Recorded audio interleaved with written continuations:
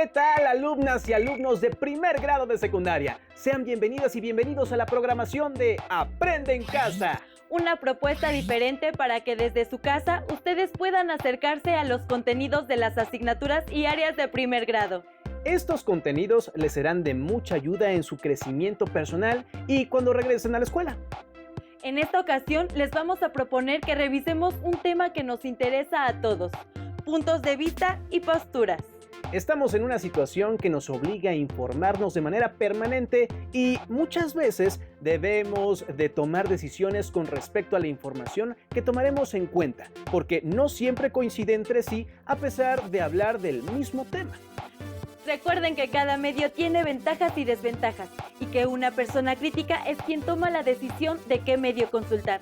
Los invito a ver el video Tipos de fuentes de información noticiosa. Bienvenidos nuevamente a su programa Cocina de Autor. En su sección ¿Qué dijo? Nuestro tema de hoy es tipos de fuentes de información noticiosa. En esta ocasión, nuestros concursantes son notable periodista, editora, profesora y activista mexicana por los derechos de las mujeres durante la Revolución, directora del periódico Vesper, publicado de 1901 a 1911, Juana Belén Gutiérrez. Premio Nobel de Literatura, escritor y periodista colombiano, uno de los máximos exponentes del realismo mágico. Su trabajo periodístico es referencia obligada en la enseñanza de este oficio. Gabriel García Márquez. ¡Comencemos! ¿Qué debemos hacer para elegir una fuente de información noticiosa al investigar sobre un tema? A. Aplicar criterios de selección para hallar fuentes confiables. B. Tomar la primera información que se presente. C. Elegir los datos que llamen nuestra atención. Aplicar criterios de selección para hallar fuentes confiables. ¡Bien contestado! El primer punto del juego lo gana usted. Siguiente pregunta. La información sobre un mismo tema varía de acuerdo con A. Su disponibilidad. B. Su extensión. C. Su procedencia. Su procedencia. Esa respuesta es correcta. Cuando buscamos información, ¿a qué se debe que un mismo evento se presente en diversas formas? Se debe a que un mismo hecho puede tener distintas lecturas, de acuerdo con el punto de vista con que se aborde. ¡Así es! Veamos a continuación fragmentos de notas de diversas fuentes sobre una misma noticia, referente a la caza de elefantes. Ustedes tendrán que determinar el tipo de fuente en cada caso. En un hecho que ha desatado repudio mundial, la administración del presidente Trump ha autorizado la importación de marfil y trofeos de caza provenientes de elefantes cazados en África. Sabemos que los elefantes están en peligro de extinción porque cada vez hay menos. Dicen que matan unos 100 al día.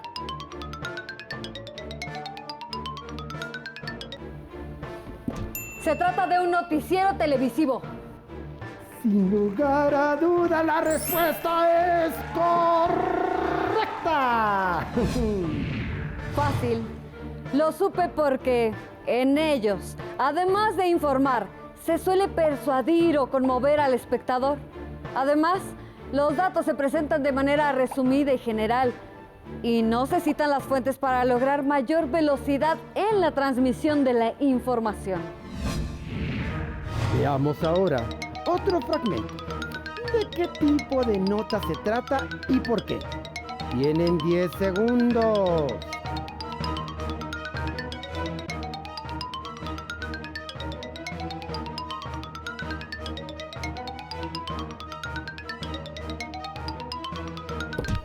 Es una nota de un sitio no especializado, con información miscelánea.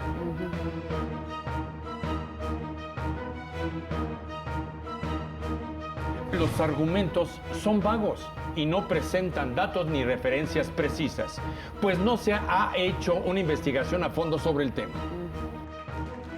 Bien, bien por esa respuesta.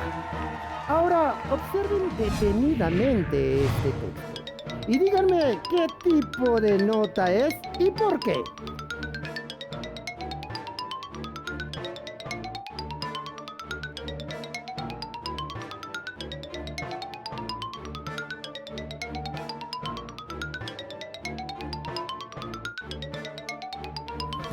Se trata de una nota periodística especializada. Presenta información precisa sobre el estado actual del tema, la cual está sustentada en el informe de una institución confiable. ¡Bien contestado! Ha sido un empate. Han ganado un viaje a Macondo. Los esperamos en nuestra próxima emisión. Las fuentes de información pueden ser los protagonistas del hecho, agencias de noticias o bien un periodista que ha sido testigo de los hechos. Cuando leemos y comparamos notas informativas sobre una misma noticia y tienen origen en diferentes fuentes, es común enfrentarnos a una diversidad de puntos de vista. Esto nos obliga a leer, comparar y evaluar su contenido antes de seleccionar aquellas que nos ayudan a formar y argumentar nuestra propia postura. Así es, tomar decisiones acerca de la información que deseamos compartir con otros es una gran responsabilidad, por lo que comparar la consistencia de argumentos es una estrategia para la selección de una nota informativa objetiva. Además, para decidir la confiabilidad de una nota informativa es importante comprender el contenido no explícito de un texto. Veamos qué nos sugiere el siguiente video: estructura y forma, leer entre líneas. Bienvenidos hoy en el Café de las Musas. Es un gusto presentarles a nuestros invitados, quienes nos hablarán sobre estructura y forma, leer entre líneas. Demos la bienvenida a la periodista y corresponsal de guerra, Oriana Fallaci, y a uno de los creadores del llamado nuevo periodismo estadounidense, el escritor Tom Wolfe. Gracias por acompañarnos. Para empezar, quiero partir de la siguiente pregunta. ¿Por qué es importante poner en práctica diversas estrategias de lectura? Gracias. Primero que todo, hay que considerar que los lectores no leemos siempre de la misma manera. ¿Tú qué opinas, Tom? Estoy totalmente de acuerdo, estimada colega. Los lectores nos adaptamos a cada tipo de texto y tenemos distintos objetivos de lectura. Es decir, podemos leer para informarnos, para investigar, para ampliar nuestros conocimientos sobre un tema o para entretenernos.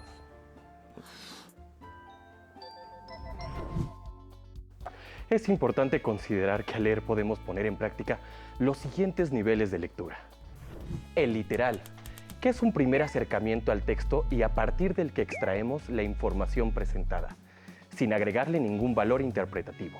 El inferencial, que es aquel que nos permite deducir los elementos no explícitos en un texto a partir de nuestras experiencias personales y saberes previos. Y el crítico, en el que hacemos un juicio valorativo del texto empleando nuestro criterio, desde una posición sustentada y documentada. En nuestra profesión, buscamos estrategias para entender lo que el autor quiere decir. Aunque no lo haga explícitamente, tratamos de leer entre líneas.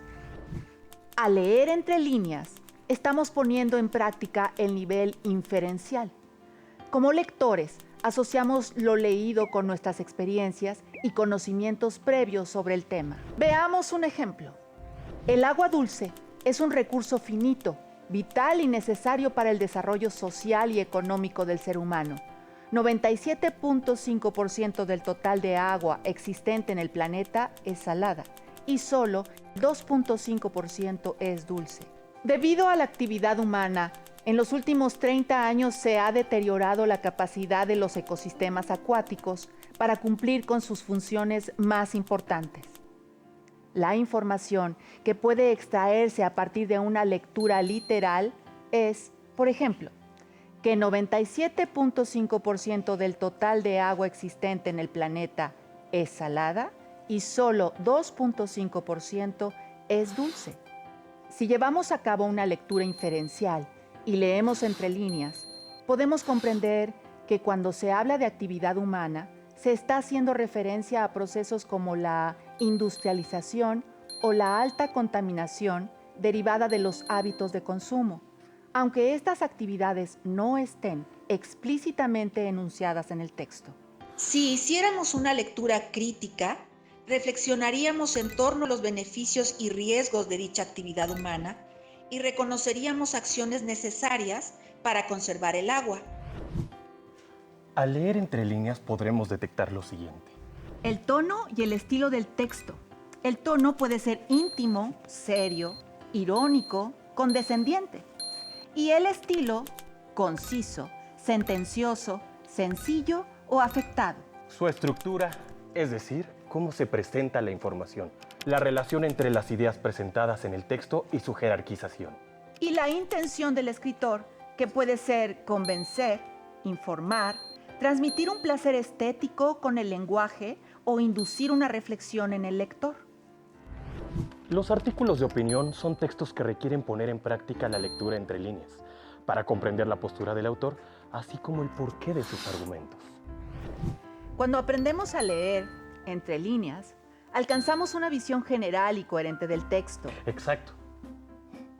Y de esa manera también advertimos sus fines y sus alcances. Gracias a nuestros invitados. Esto ha sido todo por hoy en el Café de las Musas. ¡Hasta la próxima!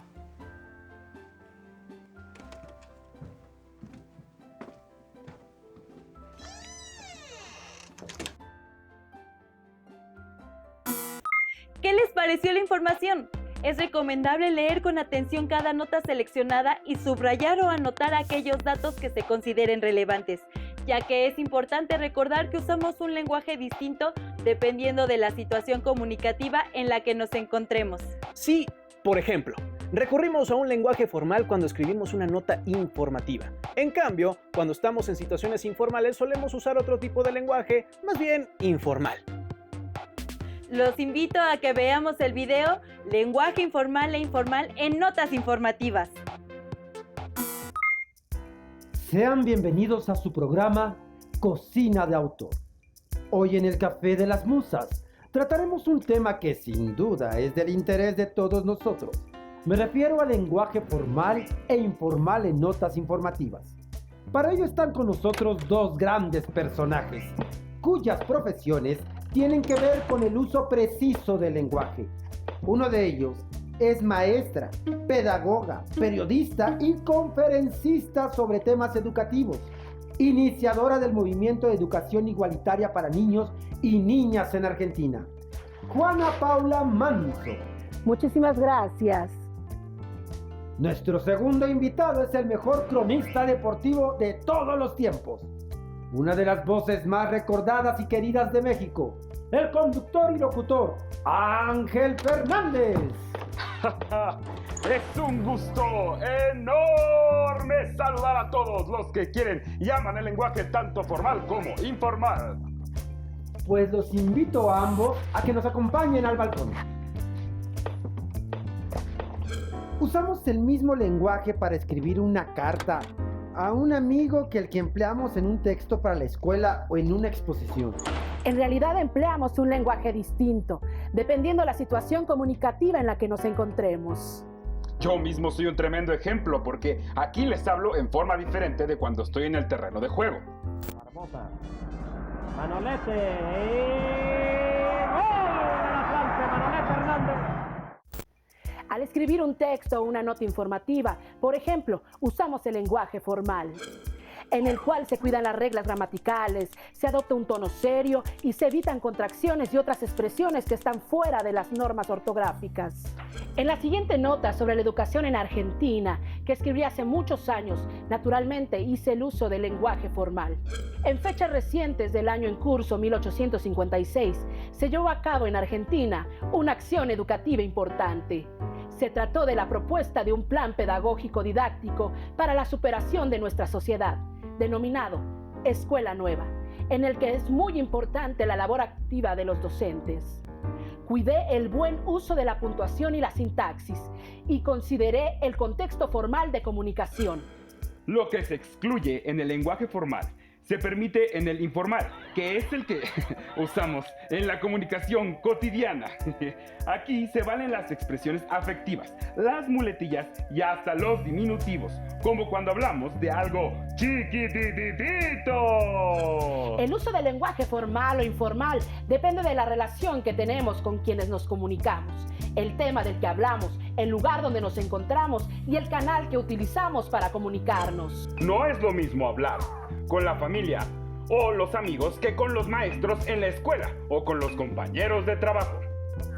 Es distinto cómo nos expresamos en casa que en la escuela, en la calle o en una junta o en una conferencia. El tema del cual hablamos también influye en el tipo de lenguaje. Tampoco es lo mismo comunicar algo de manera oral que hacerlo por escrito. Y habría que agregar que tampoco es lo mismo cuando se habla sobre un tema pedagógico o sobre uno deportivo. Ahí estamos hablando de lenguaje especializado, compuesto por palabras o expresiones que se usan específicamente en un campo del conocimiento o en un espacio social determinado, como la medicina, el derecho o la filosofía. También hay que decir que en ciertos tipos de lenguaje usados en una situación social determinada, como el del fútbol, se permiten usos retóricos para interesar al lector o escucha, como imágenes plásticas, fórmulas que se repiten, metáforas y giros de lenguaje que pueden hacer accesible la información. Y para muestra, un botón. El asedio de los laguneros en la meta defendida por Alfredo Saldívar fue constante y el cancerbero universitario tuvo que estirarse al minuto 36 para enviar por encima del travesaño el disparo de Tavares. En este ejemplo, es muy fácil percibir los juegos de palabras. Como hemos visto, todos usamos un tipo de lenguaje distinto dependiendo del espacio en que nos encontramos y de los fines de nuestra comunicación. Nos despedimos del Café de las Musas. Nos veremos pronto en el siguiente episodio de Cocina de Autor. Como vieron, aunque estemos en el mismo medio de comunicación como la televisión, usamos un lenguaje diferente en función del tema, del propósito y del destinatario de nuestro mensaje. Las y los invitamos a consultar más sobre el tema en su libro de texto de lengua materna español. Les dejamos algunas preguntas que les pueden servir para profundizar en lo que acaban de aprender. ¿Qué pueden hacer para decidir cuáles notas informativas y de cuáles medios vale la pena difundir? ¿Cómo distinguen la información de la opinión sobre un hecho noticioso? ¿Cuántas versiones diferentes se encuentran de una misma noticia? ¿Cuáles son los datos similares y cuáles los diferentes de una misma noticia difundida por diferentes medios? ¿Cómo saben en cuáles fuentes de información están basados los argumentos de una nota? ¿Qué argumentos les ayudan a construir su propio punto de vista y postura? Elaboren sus conclusiones y compártanlas con sus compañeras y compañeros. También pueden compartirlas con su familia y platicar acerca de las razones que cada quien tiene para elegir cierto medio informativo y hacer el seguimiento de una noticia. ¡Hasta pronto!